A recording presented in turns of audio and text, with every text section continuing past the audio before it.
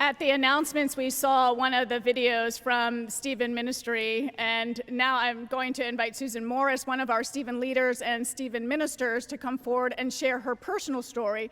And as she's walking up, come on up, Susan, I would also like to invite any current active Stephen ministers or resting Stephen ministers, if you would stand now in the sanctuary or at home, that we might recognize you and give thanks for your service.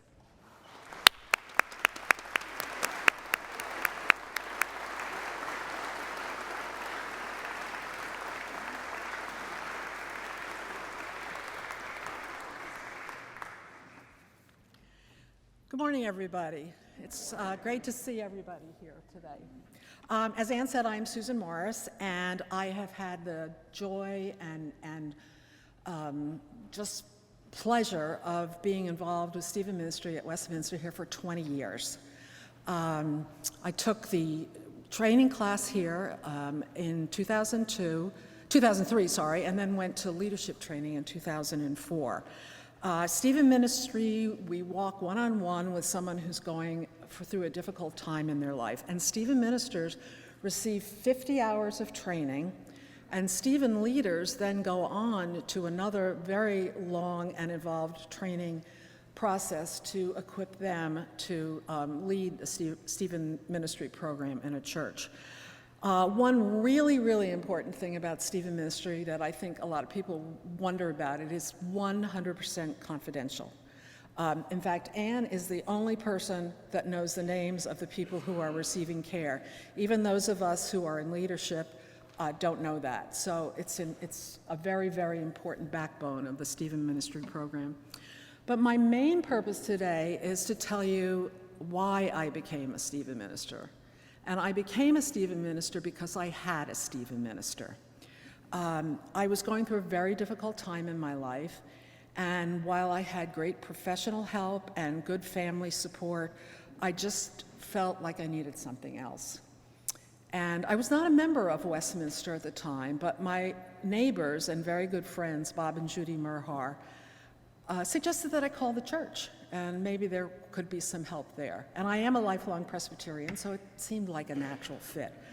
I did that, and I was immediately put through to Ann Dickey, who was a pastor here at the time, and she told me to come right over and we could talk, which we did. And after she finished listening to me, she told me that Westminster had this program called Stephen Ministry, and explained it to me and said, think about it, maybe you should have a Stephen minister. Well, I didn't have to think about it at all. It sounded wonderful to me.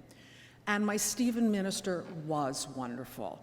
She met with me, she talked with me, she let me cry, and she always reminded me that God was with me. And we met for about 6 months, once a week, and as I began to feel better, I thought, I would like to do this. I can walk with people the way she has walked with me. I would urge anyone who's struggling with a problem right now to consider having a Stephen Ministers. We have a wonderful dedicated group of caregivers, a lot of whom are here this morning. And they're here to show God's love through this program. And I loved Chris's little bit because this is absolutely a way that we show God's love. So if you are going through something, please call Ann. We have a table out in the narthex. Stop by. We'll give you a little better idea of what Stephen Ministry is all about.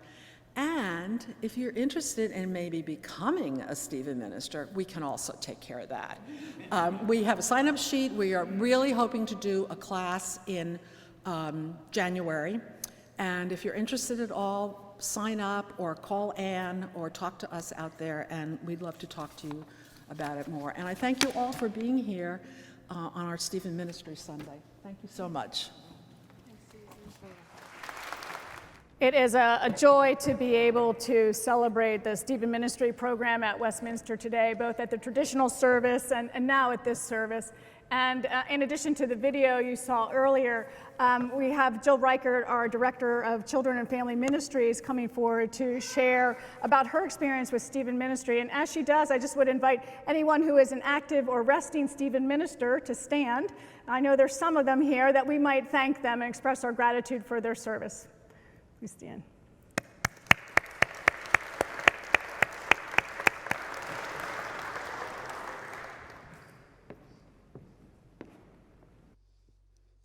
Good morning.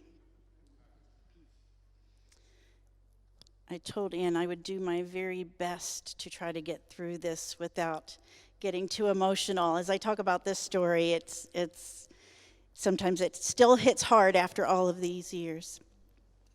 But about halfway into my first call to children's ministry at First Presbyterian Church of Strasbourg, my oldest son was in elementary school when we found out that I was pregnant and that my mother was diagnosed with pancreatic cancer, just about at the same time.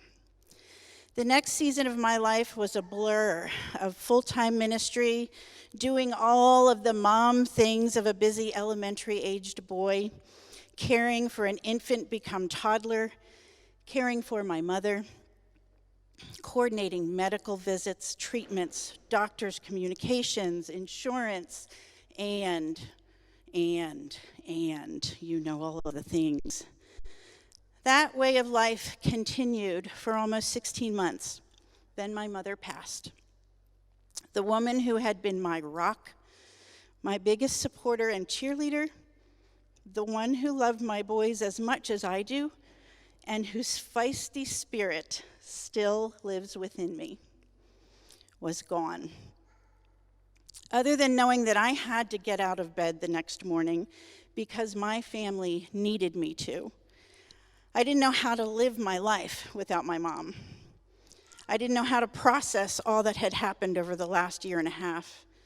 I was mentally, physically, and spiritually exhausted. My faith was shaken to the core. I was lost. After the rush of all the plans and events that must follow the passing of a loved one, everyone went back to their normal routines and to their lives, as they should. Even the pastors went back to their other responsibilities in caring for the congregation and the ministries of the church, as they should. But for me, my life was now different. The routine was not the same, and I was still floundering. That is when Pastor Jenny, who you all know and love, asked if I would consider having a Stephen minister. I agreed and was so thankful that I did.